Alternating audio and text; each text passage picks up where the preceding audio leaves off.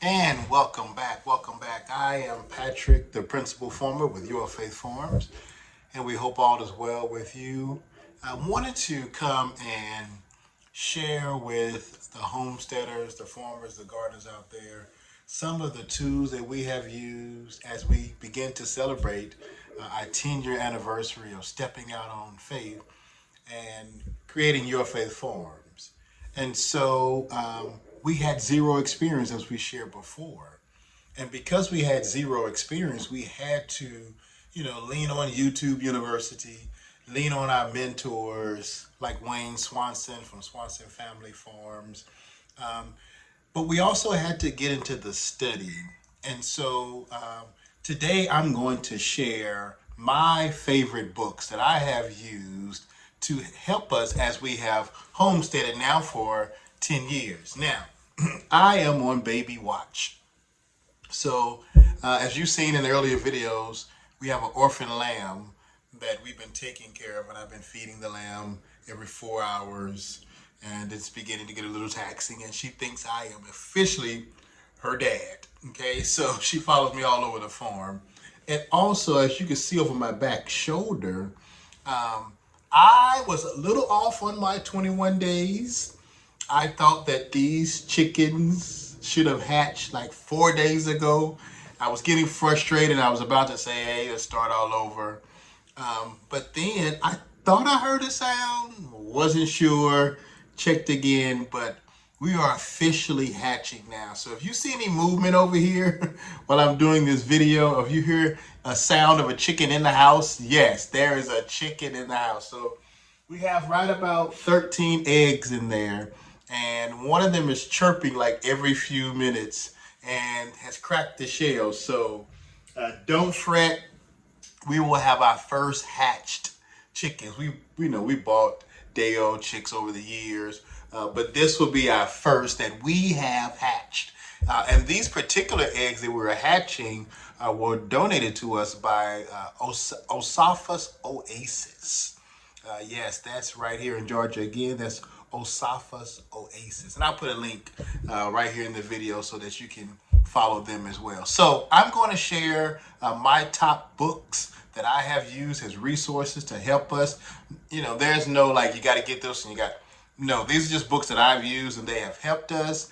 And I want to share what we know with you all so it can help you as well. So the first book is the Backyard Homestead Seasonal Planner, What to Do and When to Do It by Ann Larkin Hansen. And that's that one right here. And of course, I'm going to put a link to all of the books inside. But one I really like this particular book is that it goes through the seasons. So it has the winter, spring, summer, and fall. And it goes over what you need to be doing at these particular seasons. So if you're not sure, like, we're right in the, almost at the tail end of winter here in Georgia. And if you don't know what to do at this particular time, you can go right to late winter. Look what you should be doing. I should be pruning right now, all of my fruit trees. I should be checking for different areas where I know I need to repair fencing. I should begin to make sure I know what seeds I want to order. Get those orders in so that I can start my seedlings.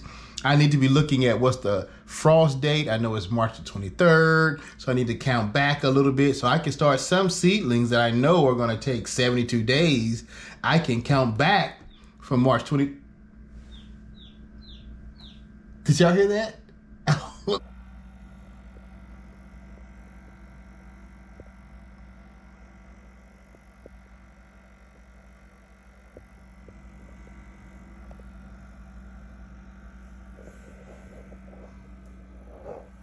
That is so cool.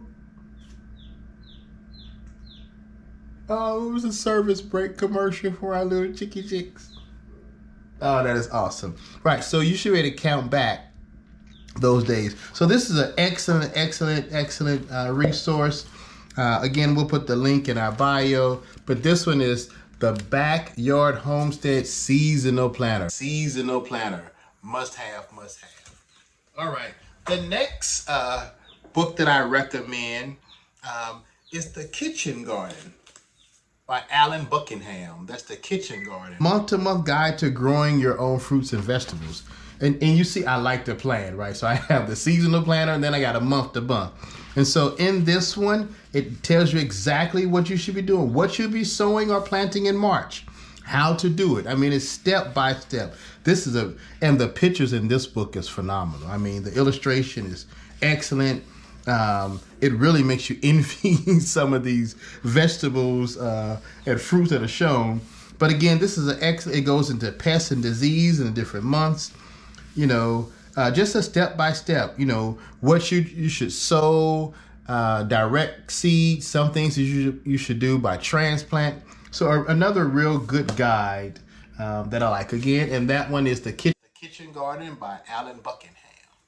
All right. I hear you, chick. I hear you, chick.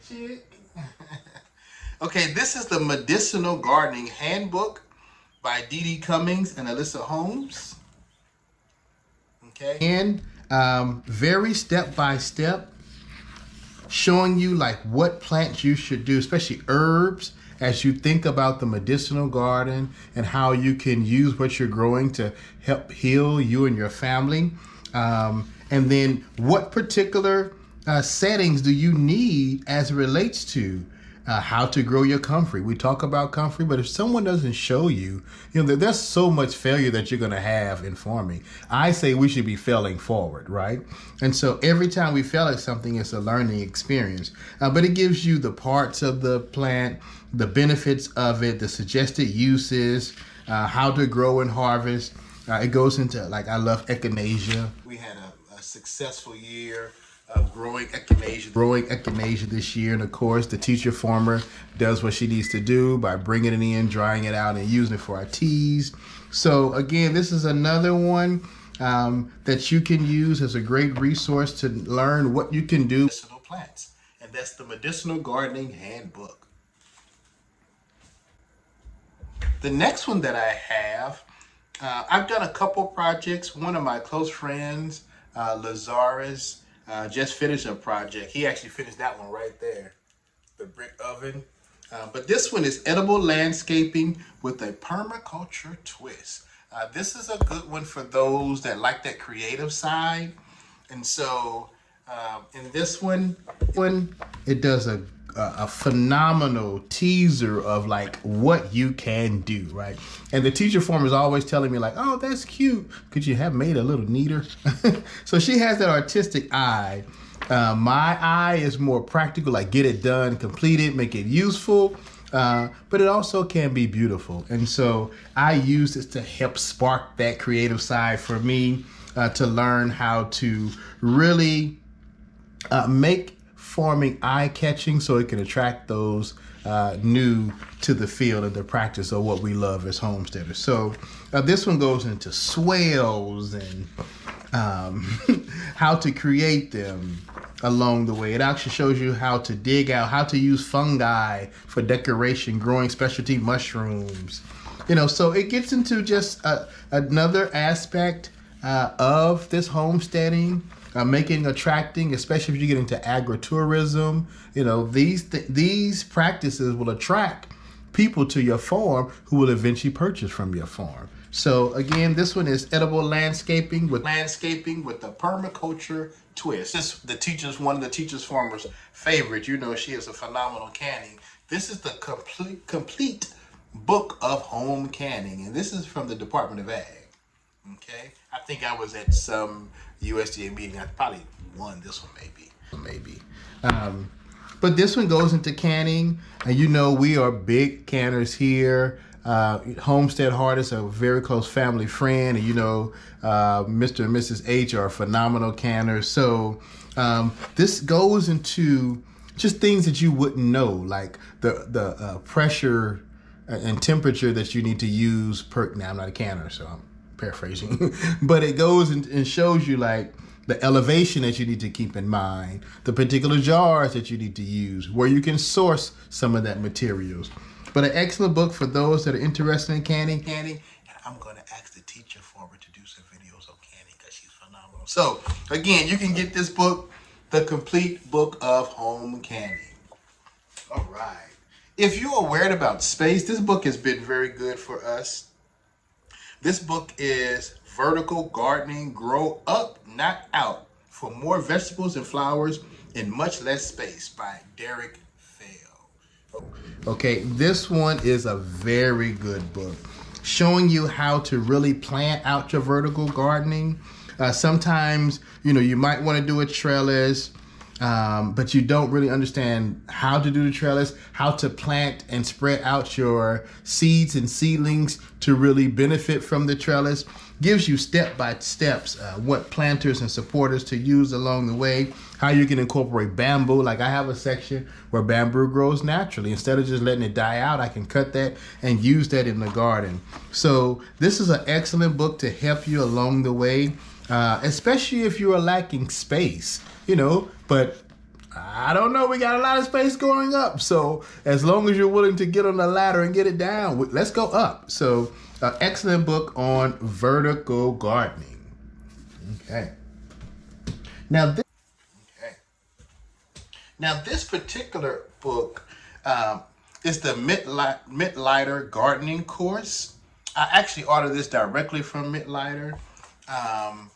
Someone else had introduced me to this method, and we had a lot of success from the Midlighter method. Now, we are not like one-dimensional. We only follow this guru. We study everybody and see what we can benefit from and utilize. And there were some very good methods inside of here. And step-by-step, very easy to follow, from your soil bed planning. I mean, really, as a principal by day, this is a perfect lesson plan for me. And so and you can see the illustration. The illustration is phenomenal. Just easy to follow. I do believe you have to go directly to the website. I'll put the link, right inside of here so you can find it directly. But I have enjoyed this method. And I study it. I've implemented some aspects. I haven't implemented everything in the book as of yet. But again, I think this is one that you'll enjoy adding to your toolbox. This one is Practical Projects for Self-Sufficiency by Chris Peterson and Philip Smith. Before we got here, I had never built anything. Right? I paid people to build stuff for me. But over the years, project here, project there, chicken coop here, chicken tractor here. We built the whole stalls for our horses with no blueprint, nothing on paper, just sitting here, nailing, screwing, having Lazarus come by and frame stuff up. And so this helps us with just some confidence builders, right? To get some small projects done where you kind of build your confidence. I use the tape measure properly. I've used the straight edge and get the right tool. So again, if you have some of those DIY projects, here's one I just turned to, firewood shelter. It's folded back, meaning I haven't got to it yet. But firewood shelters, illustration again is very good. Gives you all of the descriptions of the tools that you'll need along the way. So I really like this one. Another good book I think you should add, Practical Projects for Self-Sufficiency. All right. With no blueprint, nothing on paper, just sitting here, nailing, screwing, having Lazarus come by and frame stuff up. And so this helps us with just some confidence builders, right? To get some small projects done where you kind of build your confidence. I use the tape measure properly. I've used the straight edge and get the right tool. So again, if you have some of those DIY projects, here's one I just turned to, firewood shelter. It's folded back, meaning I haven't got to it yet. But firewood shelters, illustration again is very good. Gives you all of the descriptions of the tools that you'll need along the way. So I really like this one. Another good book I think you should add, Practical Projects for Self-Sufficiency. All right, moving right along. As an African-American farmer, there's still not a lot of African-American farmers out there that have gone back in. So we have to understand why, and so I always make sure I study that as well. So this one is Farming While Black, Soul Fire Farm's Practical Guide to Liberation on the Land by Leah Penniman. This is just a must-have as an African-American farmer. Very good read, very inspiring, very motivating. Has actually helped me as we have planned out. The teacher farmer has asked me for years to do a community garden. I was against it. But this year we're taking 2 acres and creating our first community garden. It's called Eat to Live Community Garden. And so, again, this book inspired that. Now, on the planning side and the production side and the guidance side, just as thorough as the other books. I mean, it goes down, gives you those crops, tell you how big to do your rows, when you should be planting, the best method of transplant. So this is a must-have for all farmers and homesteaders out there. And it's just very well put together. But that's Farming While Black by Leah Penniman. Excellent, excellent. Now, one thing I can say for those that are new to this, your most successful yields in the garden will come when you spend much more time preparing the soil. And so one of the bases of that is your compost. So this one is the Complete Compost Gardening Guide by Barbara Pleasant and Deborah Martin. That's this one right here. Again, you know, I love the step-by-step guides. So this one is extremely thorough, tells you what tools you need, walks you all the way through some of the advantages of doing your compost, different methods of composting, what to add, what not to add to your compost, and spend time focusing on your compost and you will have the best yields ever. And it actually saves you money over time. So when you get into the practice of inside the kitchen, taking those scraps right to the compost pile, to the worm bin, to the chickens, cleaning out the chicken coops, getting your hot compost piles, contacting your local arborist, getting all those wood chips in. Like, if you focus on your compost, you know, you will really see the fruit of your labor. So another excellent book, The Complete Compost Guide. All right, moving right along. Just a few more. Stay with me. I got a couple of surprises in here. This one again, talking about space. Less is best is a model that I use. You know, we do have 31 acres here, but we don't technically farm all 31 acres. We still work 2 full-time jobs. So making sure that we're taking advantage of the space that we use. This one is the all-new Square Foot Gardening edition by Mel Bartholomew. Okay, that's this right here. And really getting into taking the space that you have and planning it out so you can be most successful. Then once you find that space, what plants do you add there where they complement each other and they don't take up all the space, right? So you don't want to put things that are growing too high or things that are growing wide in a small space. It's going to choke out something else. So the author goes right into showing you different materials to use, how to plan out your space, and then what plants to put in there so that you can harvest consistently from that space. Very good step-by-step. You see, I like those that show you how to do it. Don't just tell me, show me how to do it. But this one is another excellent tool that I think you can add, you should add to your library. And that's the all-new Square Foot Gardening. All right, almost there. One book I think is a must-have from someone that I studied early on and found them on YouTube, and that's The Urban Farmer, Growing Food for Profit on Leased and Borrowed Land by Curtis Stone. Just another good read as you think about, especially those that haven't stepped out and are already farming or purchased their property or leased their property. Those that are considering it, this is a good guide to really planning it out ahead of time. You know, we did purchase our 8 cows before we had the land. We were living in a subdivision, and Wayne Swanson allowed us to place our cows there, and it helped us. So we actually were quote unquote on land before we owned land. And so it really aided us in selecting the land that we eventually purchased. So this book is a good guide to understanding what do you like to do, is there a market for it, and then how can you get to profit as fast as possible without incurring as much debt as possible. Because let me be clear, you will spend some money farming. Not about profit, you all.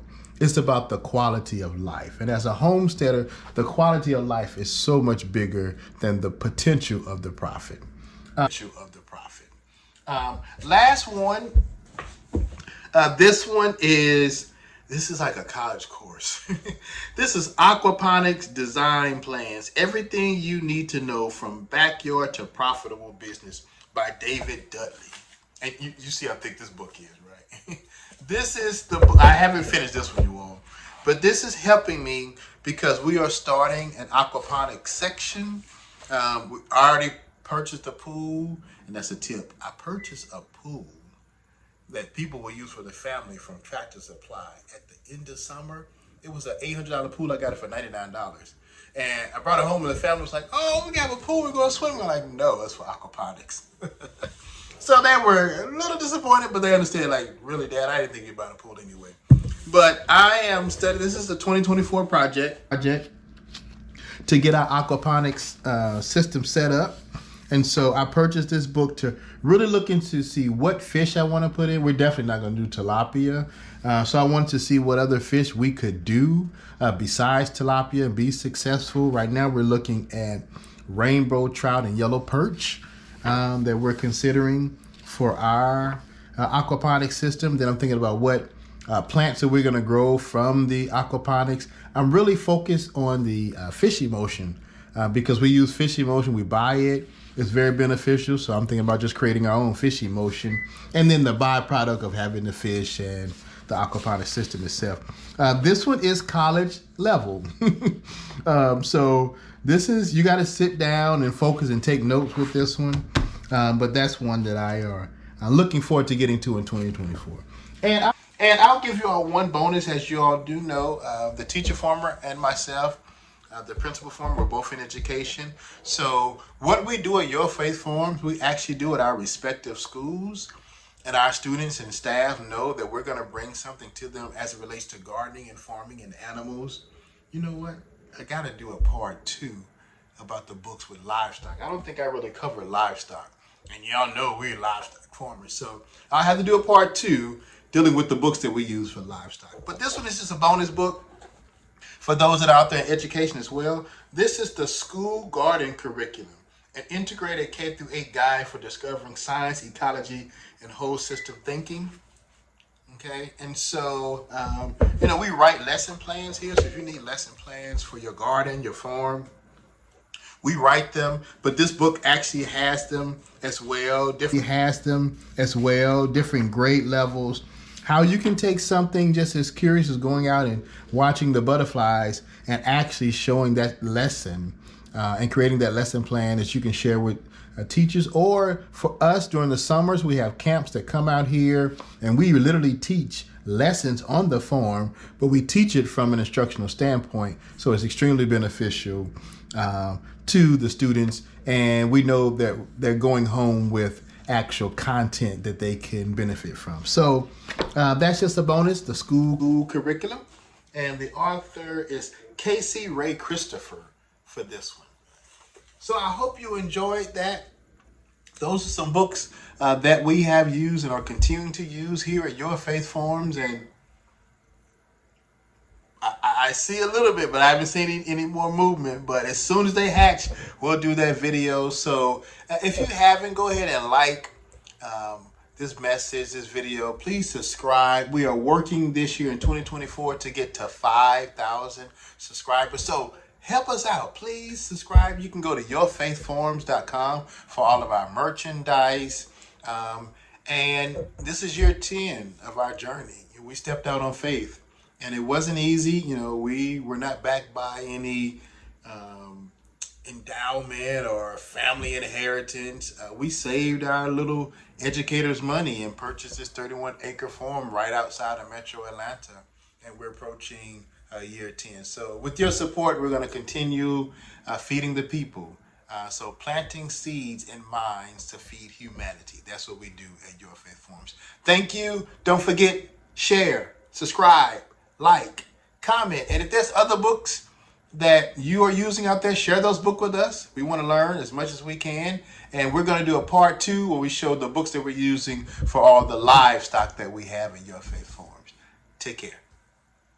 Oh my, oh my, oh my.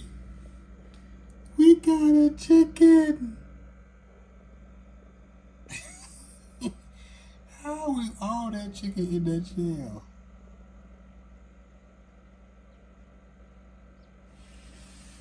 Oh, you tired now?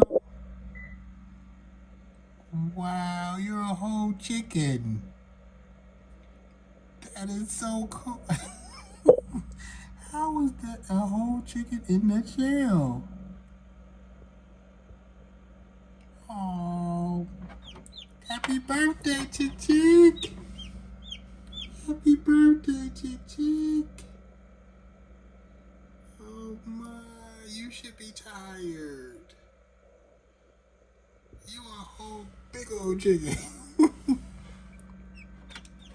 Oh yay.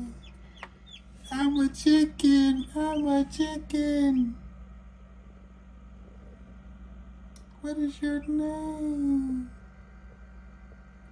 Oh, what's your name, Chick Chick?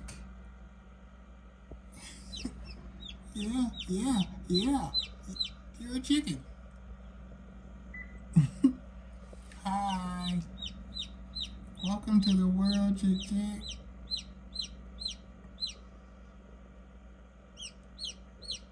Oh, welcome to the world, Chick Chick. You gotta tell everybody else to come out. OMG.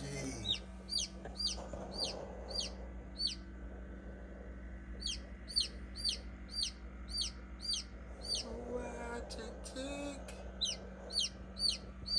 You did it. You did it, Chick Chick. Yeah. Look at you.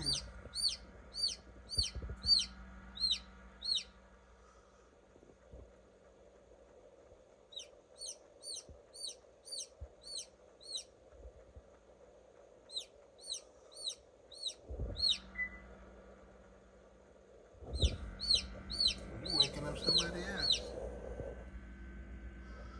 You inspiring somebody else.